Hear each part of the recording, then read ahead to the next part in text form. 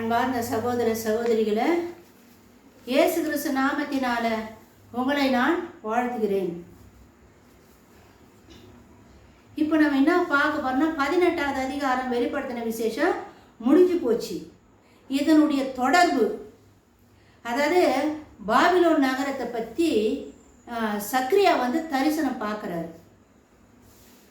அவர் என்ன பார்க்குறாரு அப்படின்றத பற்றி இந்த வீடியோவில் நம்ம பார்க்கலாம். சக்ரியாவின் புஸ்தகம் 5வது அதிகாரம் 5வது வசனத்திலிருந்து 11 திருவசனங்கள். பின்பு என்னோட பேசின தூதன் வெளியே வந்து என்னை நோக்கி, நீ உன் கண்களை ஏறெடுத்து புறப்பட்டு வருகிறதை என்னவென்று பார் என்றார். அது என்னவென்று கேட்டேன். அதற்கு அவர், அது புறப்பட்டு வருகிறதாகிய ஒரு மரக்கால் என்றார். பின்னும் அவர், பூமியெங்கும் இதுதான் அவர்களுடைய கண்ணோக்கம் என்றார். இதோ ஒரு தாழ்ந்து நிறையான ஈய மூடியை நான் என்னோட பேசின தூதனை நோக்கி, இவர்கள் மரக்காலை எங்கே கொண்டு போகிறார்கள் என்று கேட்டேன். அதற்கு அவர், சினேயார் தேசத்திலே அதற்கு ஒரு வீட்டை கட்டும்படிக்கு அதை கொண்டு போகிறார்கள். அங்கே அது ஸ்தாபிக்கப்பட்டு தன் நிலையிலே வைக்கப்படும் என்றார். இது தேவ தூதன் சக்ரியாவோடு கூட பேசுகிற வார்த்தைகள். இப்போ அவர் தரிசனத்தில் மரக்காலை பார்க்குறாரு. மரக்கால் என்ன தெரியும்ல, நம்மளாம் அளக்கிறோமே, அளவுக்காக பயன்படுத்துகிற ஒரு பாத்திரம். அது மரக்கால் என்பது வியாபாரத்துறையில் வாணிபத்துறையில் பயன்படுத்தப்படும் ஒரு அளவுள்ள பாத்திரம். எது மரக்கால். கிராமத்தில் இருக்கிறவங்களுக்கு மரக்கால்னா நல்லா தெரியும். ஆனால் டவுனில் இருக்கிறவங்களுக்கு மரக்கால்னா என்னன்னு தெரியாது. அவங்க பார்த்து கூட இருக்க மாட்டாங்க. கிராமத்தில் இருக்கிற மக்களுக்கு மரக்கால் நல்லா தெரியும். நாங்கள்லாம் பார்த்துருக்குறோம், நாங்கள்லாம் மரக்காலை பயன்படுத்தியிருக்கிறோம். பயன்படுத்த ஒரு அளவுகோல் பாத்திரம். அதாவது தராசு எப்படி, லிட்டர் எப்படி, அதே போல தான் மரக்காலும் இதில் நிறைய அளவுகோல் இருக்குது. கால்படி, அரைப்படி, முக்கால் படி, அதுக்கப்புறம் ஒரு படி, அதுக்கு மேலே மரக்கால். இதெல்லாம் சின்ன சின்ன அளவு. பெரிய அளவு தான் மரக்கால். 5 படி ஒரு கோதுமையோ ஒரு நெல்லோ ஒரு ஏதோ ஒன்று எடுத்து போட்டோம்னா 5 லிட்ரு 5 படி அளந்து போட்டோம்னா ஒரு மரக்கால். அப்படி கணக்குங்க. இது வியாபாரத்துக்காக பயன்படுத்துகிற ஒரு பாத்திரம் மரக்கால். நம்ம நாட்டிலும் கூட இந்த மரக்காலை பயன்படுத்தி வருகிறோம். மரக்கால் என்பது வாணிபத்துறையை குறிக்கும் உருவக அடையாளமாகும். மரக்காலை தான் சக்ரியா பார்க்குறாரு. இதனுடைய அடையாளம் என்ன? மரக்காலை பார்த்தா இதனுடைய அடையாளம் என்னன்னா, மரக்கால் வாணிபத்துறையை குறிக்கிற ஒரு ஒரு அடையாளம். பூமி எங்கும் கண்ணோக்கத்தில் உள்ள அல்லது எடுத்து செல்லும் அதனுடைய வாணிபம் பூலோகம் எங்கும் பரவி உள்ளதான நிலையை சித்தரிக்கப்படுகின்றது மரக்கால். அந்த மரக்காலை தூக்கித்தானே 2 பெண்கள் வானத்தில் போகிறாங்க. வானத்தில் அந்த மரக்கால் பறந்து வருது. அப்போ அந்த மரக்கால் உலகம் முழுசும் மேலே வருது. மரக்கால் கீழே கூட யாரும் ஒருத்தர் எடுத்து கொடுக்கல, மேலே வருது, பறந்து வருது மரக்கால். அப்படின்னா உலகம் முழுசும் நடக்க போகிற வாணிபம், உலகம் முழுசு இருக்கிற மக்கள் வியாபாரம் பண்ண போகிறாங்க அப்படின்ற அர்த்தம் அந்த மரக்கால். இந்த மரக்காலின் இப்படி வர அந்த மரக்காலுக்கு உள்ள ஒரு பெண் இருக்கிறார். அந்த மரக்காலுக்குள்ள ஒரு பெண் இருக்கிறார். இந்த மரக்காலின் நடுவே ஒரு ஸ்திரீ உட்கார்ந்திருந்தாள். அவள் ஒரு அக்கிரமக்காரி. அப்படி உட்கார்ந்து இருக்கிற அந்த பெண்ணுக்கு என்ன பேர் கொடுக்குறாங்கனாக்கா அக்கிரமக்காரி அநியாயம் பண்ணுறவா அப்படின்ற அர்த்தம். அவள் தலை தூக்க முற்பட்ட போது, அந்த மரக்காலுக்குள்ளே தானே அவள் இருக்கிறா.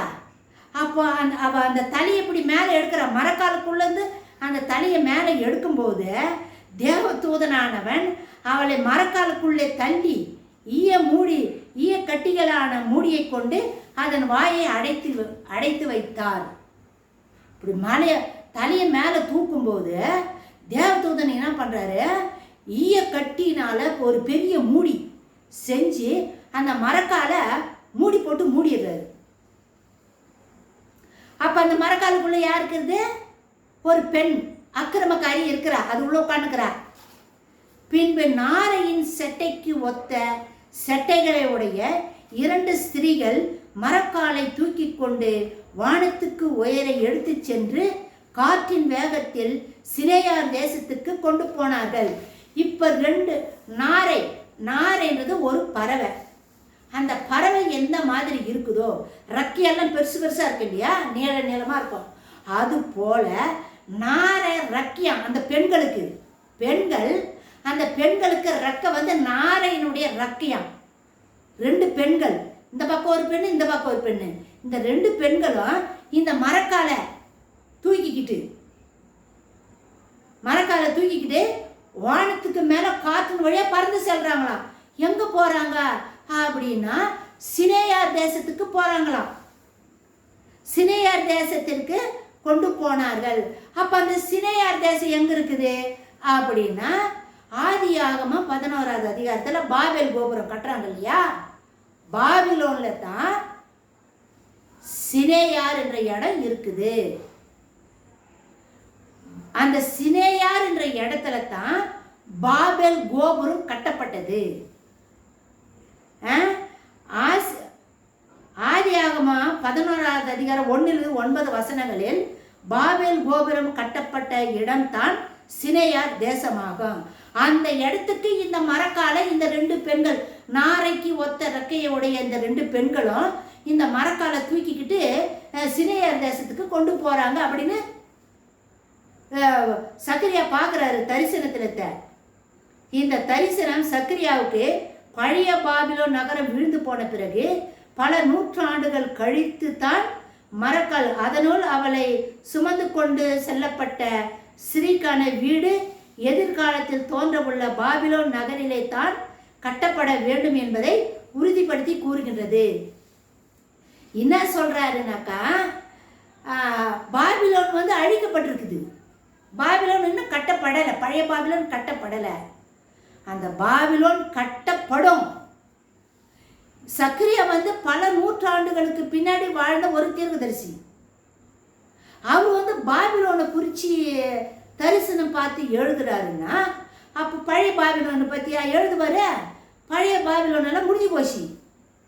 இனி இப்போ கட்டப்பட போகிற புதிய பாபிலோனை பற்றி தான் அவர் தரிசனத்தில் பார்க்குறாரு.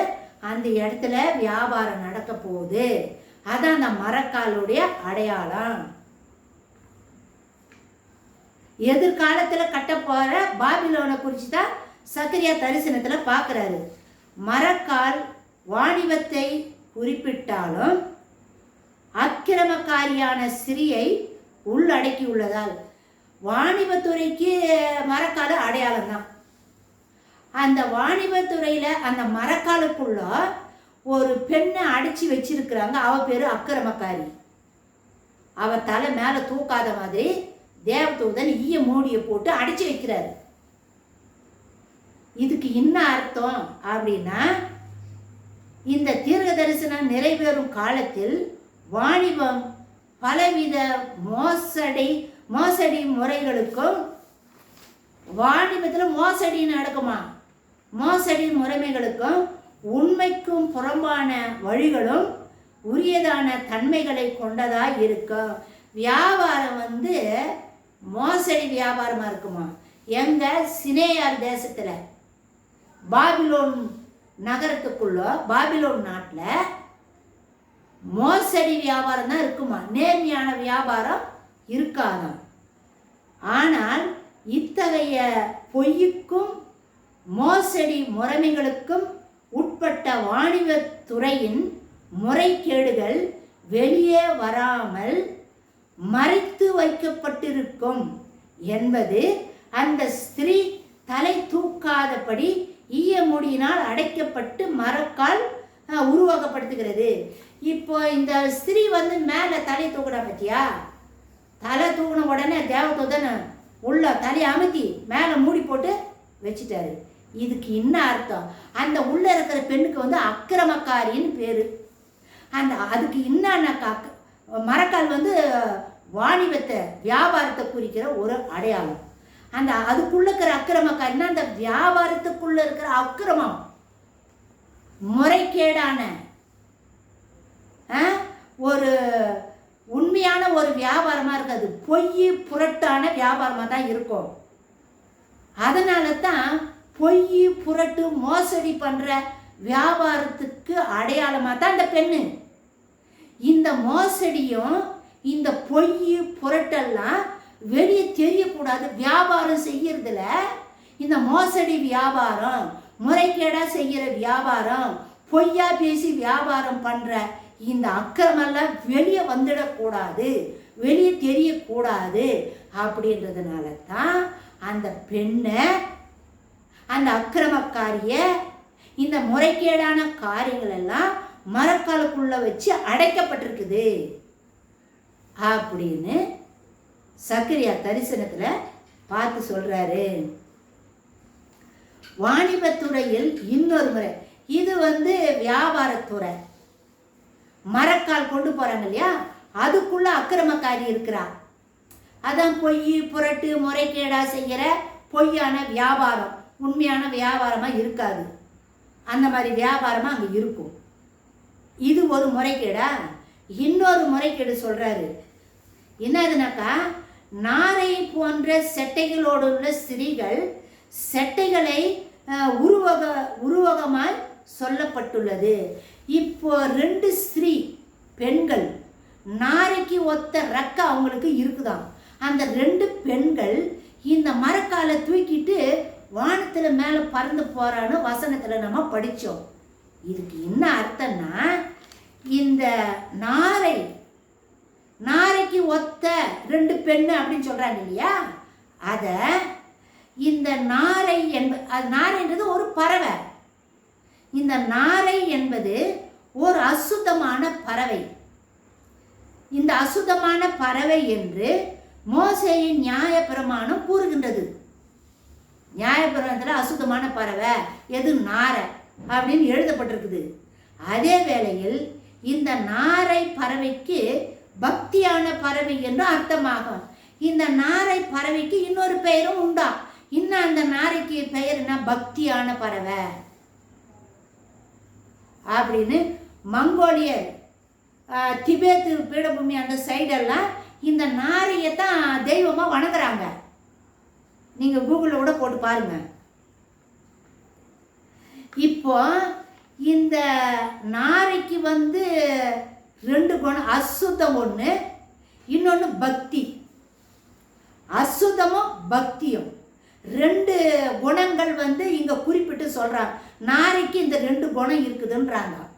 அசுத்தமான பறவை, பக்தியான பறவை அப்படின்னு சொல்றாங்க. அப்போ அசுத்தமும் பக்தி இந்த 2 பண்புகளும் ஒன்றுக்கொன்று முரண்பாடாய் இருப்பது போல ஒன்றுக்கொன்று சேரல, 2 வித்தியாசமாக தான் இருக்குது. அசுத்தன்றது வேற, பக்தின்றது வேற. 2மே ஒத்துட்டு, 2மே வித்தியாசமாக தான் இருக்குது, எதிரும் புதிருமாக தான் இருக்குது. இதை எது அர்த்தப்படுத்துதுன்னாக்கா, மதம் என்கின்ற முகமூடியை அணிந்து கொண்டு, மதம் என்ற முகமூடியை அணிந்து கொண்டு செல்வத்தை எந்த முறையிலும் திரட்டுவதான வழிகளை கடைபிடித்தலே அன்றைய பாபிலோனிய வாணிபத்தின் இயல்பாய் இருந்து முறைகெட்ட கீழ்த்தரமான வழிமுறைகளை பின்பற்றி உயர்ந்தோங்கிய வாணிபத்தையே ஸ்திரீகள் இந்த இடத்தில் உருவகப்படுத்தி கூறப்படுகிறது. அதாவது பக்தியின் வேஷம் போட்டு பக்தின்ற வேஷம். அந்த பறவைக்கு பக்தின்ற பறவைன்னு பேர் கொடுக்குறாங்க. அசுத்தன்ற அசுத்தம், அசுத்தமானது நியாயப்பிரமாணத்தில் எழுதியிருக்குது அசுத்தம்னு. அப்போ மதத்தில் பக்தின்ற முகமூடியை போட்டுக்கிட்டு, பக்தி பறவை தானே, பக்தி அந்த கடவுளாக வணங்குவாங்களாம். அப்போ நாரை பக்தி அது ஒரு கடவுள். நாரை பறவை கடவுளாக வழிபடுறாங்க. அப்போ அந்த நாரை பறவை மதத்தின் முகமூடியை போட்டுக்கொண்டு அணிந்து கொண்டு செல்வத்தை எந்த விதத்திலும் திரட்டுவதான வழிமுறைகளை எந்த வழியில் நாசம், பக்தின்ற மார்க்கத்தில் வேஷம் போட்டுக்கிட்டு பணத்தை சம்பாதிக்கிறது. இன்னைக்கு உலகத்தில் ஏன் நம்ம இந்தியாவில் எடுத்துக்கங்களேன், பக்தின்ற வேஷத்தை போட்டுக்கிட்டு எத்தனை பேர் பணம் சம்பாதிக்கிறாங்க. சாமியாரு, நான் ஊழியக்காரன், நான் மத தலைவன் அப்படின்னு பக்தின்ற வேஷத்தை போட்டுக்கிட்டு எவ்வளோ பணம் சம்பாதிக்கிறாங்க. உதாரணத்துக்கு நீங்கள் புரிஞ்சுக்கணுன்றதுனால ஒரு சில காரியத்தை நம்ம இந்தியாவில் இருக்குதே சொல்கிறோம் பாருங்களேன். எப்படி பணம் எங்கெங்கெல்லாம் பொருளுது பாருங்க. திருப்பதியில் நடக்குதா, வேளாங்கண்ணியில் நடக்குதா, ஸ்ரீரெட்டியில் நடக்குதா, புட்டபர்த்தியில் நடக்குதா, இன்னும் நிறைய இடமா, இன்னும் ஏகப்பட்ட இடங்கள் இருக்குதுமா. பக்தின்ற வேஷம் போட்டுக்கிட்டு பணத்தை சம்பாதிக்கிறது அதான் அசுத்தம். முறைகேடான வழியில, நேர்மையான வழியில இல்லை, மதம் என்ற போர்வையை போட்டுக்கிட்டு மூடிக்கிட்டு பணத்தை சம்பாதிக்கிற வழி. அதுக்குத்தான் அந்த 2 பெண்கள், நாரைக்கு ஒத்த ரெக்கையுடைய 2 பெண்கள் அந்த மரக்காலை தூக்கிக்கிட்டு சினையா நாட்டுக்கு வானத்தில் பறந்து போகிறாங்க அப்படின்னு சொல்கிறது அர்த்தம். இன்னொரு அர்த்தம் என்னன்னா, அந்த நாரைக்கு ரெக்கை இருக்குது இல்லையா, அந்த பறவைக்கு சிறகுகள், அந்த சிறகுக்குள்ளே ரெக்கை இருந்தால் சீக்கிரம் பறந்து போகலாம் இல்லை. அந்த ஃபெதர்ஸ்குள்ளே, அந்த ரெக்கைக்குள்ளே காற்று இருக்கும், உஷ்ண காற்று, அது இருந்தால் சீக்கிரம் பறந்து போயிடலாம். அதனால தான் நாரைக்கு ஒத்த ரெக்கைகள் அந்த 2 பெண்களுக்கு கொடுக்கப்பட்டிருக்குது. சீக்கிரமா வேகமா பறந்து சென்று சினையார் தேசத்தில் வச்சு வியாபாரம் பண்றது. மதம் என்ற போர்வையில, மதம் என்ற வேஷம் போட்டுக்கிட்டு முறைகேடான முறையில, தவறான முறையில, கீழ்த்தரமா, மட்ட ரகமா, கேவலமா, அசிங்கமா பணத்தை சம்பாதிக்கிற முறைத்தான் இந்த 2 பெண்கள், நாரைக்கு ஒத்த ரெக்கையுடைய இந்த 2 பெண்களை குறிக்கிற அடையாளம். ஏற்கனவே மரக்கால அக்கிரமக்காரி தான் இருக்கிறார். முறைகேடானவதான், முறைகேடான வியாபாரத்தை குறிக்கிற அடையாளம் தான் அக்கிரமக்காரி மரக்கால இருக்கிறார். வியாபாரத்துல அக்கிரம அநியாயம் முறைகேடு தான் நடந்துன்னு இருக்குது. இதுல இன்னொன்னு, மதத்து பேர்ல பணத்தை சம்பாதிக்கிறதா இந்த 2 நாரைக்கு ரெக்கையுடைய 2 ஸ்திரீகள்.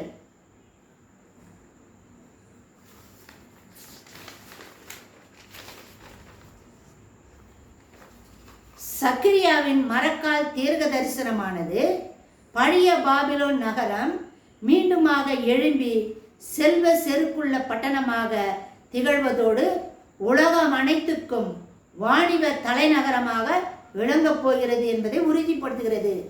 இப்போ சக்கரியா இந்த தரிசனத்தை பார்த்து சொல்றாருன்னா, உலகம் முழுசுக்கும் வாணிபத்தில், வியாபார ஸ்தலத்தில், வியாபாரத்துக்கு தலைநகரமா பாபிலோன் இருக்குமா அப்படின்னு சக்கரியா சொல்றாரு. அரசியல் செல்வாக்கும் வணிகத்துறை செல்வாக்கும் உலக அளவில் கிட்டியதும் இந்த நகரம் உயர்ந்த நிலைக்கு கொண்டு வரப்படும். வியாபாரத்தினால இந்த நகரம் உயர்ந்த உச்ச நிலைக்கு கொண்டு வரப்படும். இன்னைக்கு உலகத்துல பல நகரங்கள் வியாபாரத்துக்கு பேரும் புகழமா இருக்குது போல, அதை போல பன்மடங்கா இருக்குமா அந்த பாபிலோன் மாநகரம் வியாபாரத்துல. அப்போ வியாபாரம் பெருக பெருக அதனுடைய மகிமை, செல்வாக்கு, சீரு சிறப்பெல்லாம் உச்சிக்கு மேல போயிடும். மரக்காலை சினையார் தேசத்துக்கு எடுத்து செல்ல உள்ள ஸ்திரீகளின் சட்டைகளில் உள்ள காற்று பறந்து சென்றடைய வேண்டிய இடத்துக்கு வேகமாக செல்ல எளிதாக்கி ஈஸியா செல்ல உதவுவது போல அப்பகுதியின் வாணிபத்துறையில் இயல்புக்கும் மிக மிக சாதக சூழ்நிலைகளோடு அமையும் காலம் வரும்போது, எப்படி இந்த பறவைங்க பறவைக்கு ரெக்க இருக்குது, பறந்து போக சொல்லி ஈஸியாக போயிடுவாங்க. அப்போ வியாபாரம் வந்து ஈஸியாக சுலபமாக முடிஞ்சிடும், ஈஸியாக சுலபமாக வியாபாரம் செய்யலாம் அப்படின்ற அர்த்தங்க தான் அந்த ரெக்கையை குறிக்கிற அடையாளம். அன்றைய உலக ஆதிக்க நாடுகள் செல்வாக்குகள் வரும்போது, அன்றைய உலக ஆதிக்க நாடுகளின் செல்வங்கள் இப்பகுதிக்கு நேராக குவிக்கப்படுகின்ற அதே வினாடியிலே செல்லும் குவியுமாங்க. பாபிலோன் மாநகரத்தில் உலகம் முழுசு இருக்கிற உயர்ந்த உயர்ந்த வியாபாரிகள் எல்லாம் அங்கே வந்து சேரும்போது செல்வம் வந்து குவிக்கப்பட்டிருக்கோமா பாபிலோன் மாநகரத்தில். அப்படி உச்ச நிலைக்கு உயர்த்தப்பட்ட பிறகு அந்த பாபிலோன் மாநகரம் அதே வினாடியிலே பாபிலோன் நகரம் புதுப்பித்து கட்டப்படும்.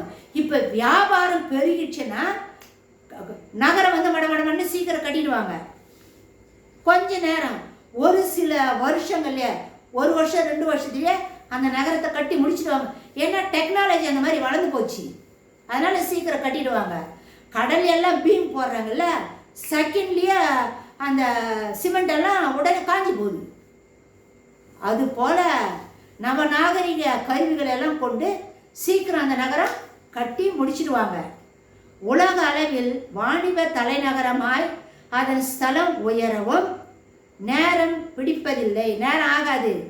புதிய பாபிலோனின் இவ்விதமாய் வாணிபம் நிறுவப்பட்டவுடன் மரக்காலில் உள்ளே இருக்கும் அக்கிரமக்காரி ஈய மூடியை தூக்கிவிட்டு வெளியே வரவும். இப்போ வியாபாரம் வந்து உச்ச கட்டத்துக்கு வந்துடுச்சுனாக்கா மூடியை உடைச்சிட்டு வெளியே. இப்போ நம்ம கூட சாதம் சோறு பொங்கறோன்னு வச்சுக்க, பாத்திரத்தில் அரிசியெல்லாம் போட்டு மேலே மூடி போட்டு சோறு பொங்கறனா அதிகமான பொங்கி வரும்போது மூடி தூக்கி அடிக்குதுல்ல, நீராவினால மூடியானது தூக்கி வேலை விசிறோம், அந்த உந்து விசை. அது போல வியாபாரத்துல உச்ச கட்ட நிலைக்கு வந்துடுச்சுன்னா அந்த ஈய மூடி வந்து திறந்துடுமா. அந்த மரக்காலையில் அடைக்கப்பட்ட அந்த ஈய மூடி வந்து திறந்து விட்டுருவாங்களாம். ஈய மூடியை தூக்கி விட்டு வெளியே வரவும், வெளியே வந்துருவா யாரு? அந்த அக்கிரமக்காரி, மரக்காலில் அடைக்கப்பட்ட அக்கிரமக்காரி வியாபாரத்துல உச்ச கட்டத்துக்கு வந்த பிறகு அந்த மரக்காலிலுக்குள்ள அடைக்கப்பட்டிருக்கிற அந்த அக்கிரமக்காரி வெளியே வந்துருவா. இவ வந்து என்ன பண்றா பாரு, வெளியே வரும். அப்போ தூக்கி விட்டு வெளியே வரவும் அந்த நேரத்துல ஒருவரும் வாங்கவோ விற்கவோ முடியாதபடி மிருகத்தின் முத்திரையின் கட்டுப்பாடு தலை தூக்கும். அந்த கடை வியாபார உச்சக்கட்டத்துக்கு போகும்போது அந்தி கிறிஸ்து அந்த 666 மிருகத்தினுடைய முத்திரையை எடுக்கணும்னு சொல்லுவான். எடுத்தா தான் வியாபாரம் பண்ண முடியும், எடுக்கலைன்னா வியாபாரம் பண்ண முடியாது. அதனால வியாபாரம் உச்சக்கட்டத்துக்கு வந்த பிறகு மரக்காலில் உள்ள இருக்கிற அக்கிரமக்காரி வெளியே வந்துடுவா. வெளியே வந்த பிறகு அவளுடைய அந்தி கிறிஸ்துனுடைய நம்பரை எல்லாருக்கும் பதிக்கணும் அப்படின்னு உலகம் முழுவதும் தண்டோரா போடுவாங்க. இந்த நேரத்தில் தான் தலை தூக்கம், இந்த நேரத்தில் தான் உபத்திரவ காலம் ஆரம்பித்து விடும். இந்த நேரத்துல தான் உபத்திரவ காலம் ஆரம்பிச்சிடும்ன்றாங்க. அப்போ உபத்திர காலத்துக்கு முன்னாடியே பாபிலோன் நகரம் கட்டப்பட்டு வியாபாரத்துல உயர்த்தப்பட்டிருக்கணும். முத்திரையை தரிக்காதவர்கள் ஒருவரும் பயனடைய முடியாதபடி உள்ள உபயோக காலம் உலகில் உருவாகிவிட போகிறது. அப்போ முத்திரை இருந்தா தான் வியாபாரம் பண்ண முடியும், முத்திரை இல்லைன்னா வியாபாரம் பண்ண முடியாது.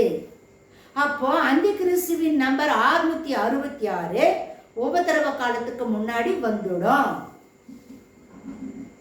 இதுதாங்க சக்கரியா கண்ட தரிசனம்.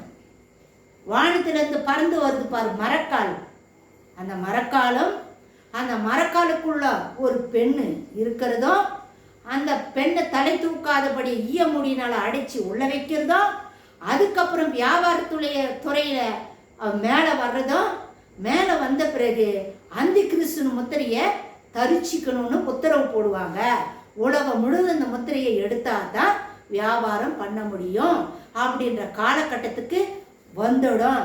அதுக்கப்புறம் தான் உபத்திர காலம் ஆரம்பிக்கும் அப்படின்னு சக்கரியா சொல்றாருங்க. ஸோ இதோட நம்மளுக்கு 18வது அதிகாரம் வெளிப்படுத்தின விசேஷம் 18வது அதிகாரம் முடிஞ்சு போதுங்க. 17, 18 ரெண்டும் முடிஞ்சு போகுது. ஸோ இந்த செய்தியை உங்கள் சர்ச் மெம்பர்ஸுக்கெல்லாம் சொல்லுங்கள், ஃப்ரெண்ட்ஸுங்களுக்கு சொல்லுங்கள், குடும்பத்தில் இருக்கிறவங்களோட கூட ஷேர் பண்ணிக்கங்க. வெளிப்படுத்தின புத்தகத்தை எடுத்து படிங்க. இப்போ உங்களுக்கெல்லாம் ஈஸியாக செய்தி நான் சொல்லிட்டேன்ல, இப்போ நீங்கள் புத்தகத்தை எடுத்து படித்து அது உங்களுக்கு ஈஸியாக புரிஞ்சிடும். எடுத்து படிங்க. ஒவ்வொரு நாளும் வெளிப்படுத்தின விசேஷத்தை படிக்கிறவன் பாக்கியவான். படிக்கிறவனோ வாசிக்கிறவனோ அதில் இருக்கிறத கை கொள்ளுகிறவனோ பாக்கியவான்னு எழுதி இருக்குது வெளிப்படுத்தின விசேஷத்துல. அப்போ தினந்தோறும் எடுத்து படிங்க. தினந்தோறும் ஒரு மார்க் ஆண்டவர் மேலே போடுவார். உங்கள் டெஸ்டனி புக்கில் ஆண்டவர் மார்க் போடுவார். அப்போ வெளிப்படுத்தின புத்தகத்தை எடுத்து படிங்க. இப்போ உங்களுக்கு ஈஸியாக புரியும். ஸோ இந்த செய்தியை எல்லாருக்கும் ஷேர் பண்ணுங்கள், லைக் பண்ணுங்கள், சப்ஸ்கிரைப் பண்ணுங்கள். மாரநாதா.